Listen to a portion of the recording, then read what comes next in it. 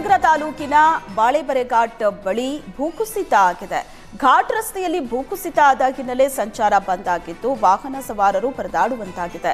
ಸದ್ಯ ಪಿಡಬ್ಲ್ಯೂಡಿ ಅಧಿಕಾರಿಗಳ ನೇತೃತ್ವದಲ್ಲಿ ಮಣ್ಣು ತೆರವು ಕಾರ್ಯ ನಡೆಸಲಾಗುತ್ತಿದೆ.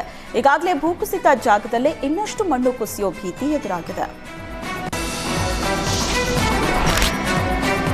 ಮಂಡ್ಯ ಜಿಲ್ಲೆಯ ಮಳವಳ್ಳಿಯಲ್ಲಿ ಚಿರತೆಗಳ ಹಾವಳಿ ಹೆಚ್ಚಾಗಿದೆ. ಮಳವಳ್ಳಿಯ ಮೊಳೆದೊಡ್ಡಿ ಗ್ರಾಮದಲ್ಲಿ ಮನೆ ಬಾಗ್ಲಲ್ಲಿ ಮಲಗಿದ್ದ ನಾಯಿಯನ್ನ ಚಿರತೆ ಹೊತ್ತೊಯ್ದಿದೆ.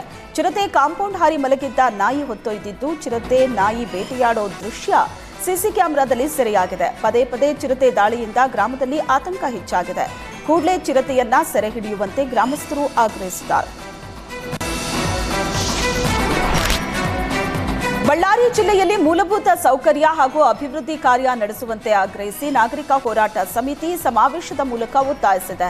ಶುದ್ಧ ಕುಡಿಯುವ ನೀರು, ಒಳಚರಂಡಿ, ಹಾಳಾದ ರಸ್ತೆಗಳ ದುರಸ್ತಿ, ನಾಯಿ ಮತ್ತು ಬಿಡಾಡಿ ದನಗಳ ಹಾವಳಿಯನ್ನ ತಪ್ಪಿಸುವಂತೆ ಆಗ್ರಹಿಸಿದರು. ಸಮಾವೇಶದಲ್ಲಿ ಬಳ್ಳಾರಿಯ ಹಿರಿಯ ನ್ಯಾಯವಾದಿ ಆರ್ ಪಾಂಡು ಮಾತನಾಡಿ, ಭಾರತ ಸಂವಿಧಾನದ 21ನೇ ವಿಧಿಯ ಪ್ರಕಾರ ಪ್ರತಿಯೊಬ್ಬರಿಗೂ ಘನತೆಯುಕ್ತ ಜೀವನ ನಡೆಸೋ ಹಕ್ಕಿದೆ. ಆದರೆ ಇಂದಿಗೂ ಕೂಡ ಈ ಹಕ್ಕು ಜನಗಳಿಗೆ ಸಿಕ್ಕಿಲ್ಲ. 8 ರಿಂದ 10 ದಿನಕ್ಕೊಮ್ಮೆ ಬರೋ ಕಲುಷಿತ ನೀರು ಜನಗಳ ಆರೋಗ್ಯವನ್ನ ಹದಗೆಡಿಸ್ತಾ ಇದೆ. ರಸ್ತೆಗಳು ಹದಗೆಟ್ಟಿದೆ, ವಾಯು ಮಾಲಿನ್ಯ ಮಿತಿ ಮೀರಿದೆ. ಇಷ್ಟೆಲ್ಲ ಸಮಸ್ಯೆಗಳಿದ್ರೂ ಮಹಾನಗರ ಪಾಲಿಕೆ ಮಾತ್ರ ನಿರ್ಲಕ್ಷ್ಯ ತೋರಿದೆ ಅಂತ ಕಿಡಿಕಾರಿದ್ರು.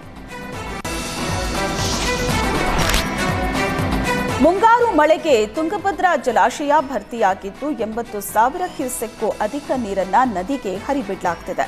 ಇದರಿಂದ ಜಿಲ್ಲೆಯ ಕಂಪ್ಲಿ ಪಟ್ಟಣದ ಕೋಟೆ ಪ್ರದೇಶದ ಬಳಿ ತುಂಗಭದ್ರಾ ನದಿಗೆ ಅಡ್ಡಲಾಗಿ ನಿರ್ಮಿಸಿರುವ ಸೇತುವೆ ಮುಳುಗಡೆ ಭೀತಿ ಎದುರಿಸ್ತಾ ಇದೆ. ಈ ಸೇತುವೆ ಕಂಪ್ಲಿ ಹಾಗೂ ಗಂಗಾವತಿಗೆ ಸಂಪರ್ಕ ಕಲ್ಪಿಸುತ್ತೆ.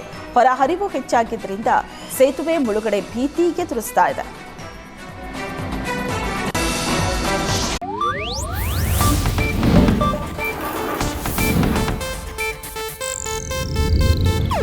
ಇದು ಏಷ್ಯಾನೆಟ್ ನ್ಯೂಸ್ ನೆಟ್ವರ್ಕ್ ಪ್ರಸ್ತುತಿ.